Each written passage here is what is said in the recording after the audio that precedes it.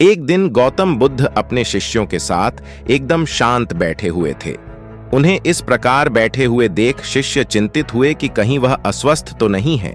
एक शिष्य ने उनसे पूछा कि आज वह मौन क्यों बैठे हैं, क्या शिष्यों से कोई गलती हो गई है? इसी बीच एक अन्य शिष्य ने पूछा कि क्या वह अस्वस्थ हैं, पर बुद्ध मौन रहे। तभी कुछ दूर खड़ा व्यक्ति जोर से चिल्लाया, आज मुझे सभा में बैठने की अनुमति क्यों नहीं दी गई है? बुद्ध आंखें बंद करके ध्यान मग्न हो गए।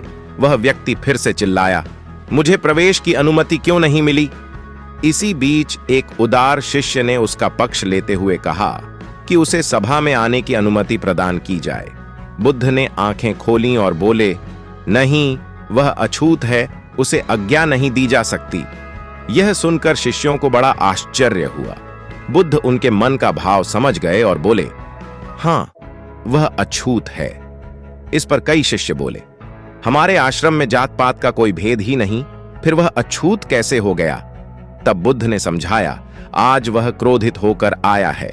क्रोध से जीवन की एकाग्रता भंग होती है।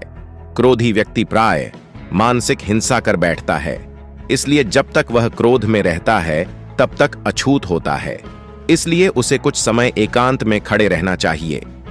क्रोधित शिष्य भी बुद्ध की बातें सुन रहा था।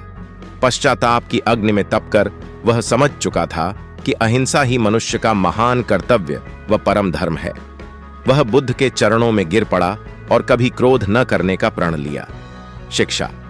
आशय यह है कि क्रोध के कारण व्यक्ति अनर्थ कर बैठता है और पश्चाताप उसे बाद में होता है, जिसका कोई लाभ नहीं मिलता। इसलिए हमें क्रोध नहीं करना चाहिए। असल मायने में क्रोधित व्यक्ति अछूत हो जाता है और उसे अकेला छोड़ देना चाहिए। क्रोध करने से तन, मन और धन तीनों की हानि होती है। क्रोध से ज्यादा हानिकारक कोई और वस्तु नहीं है।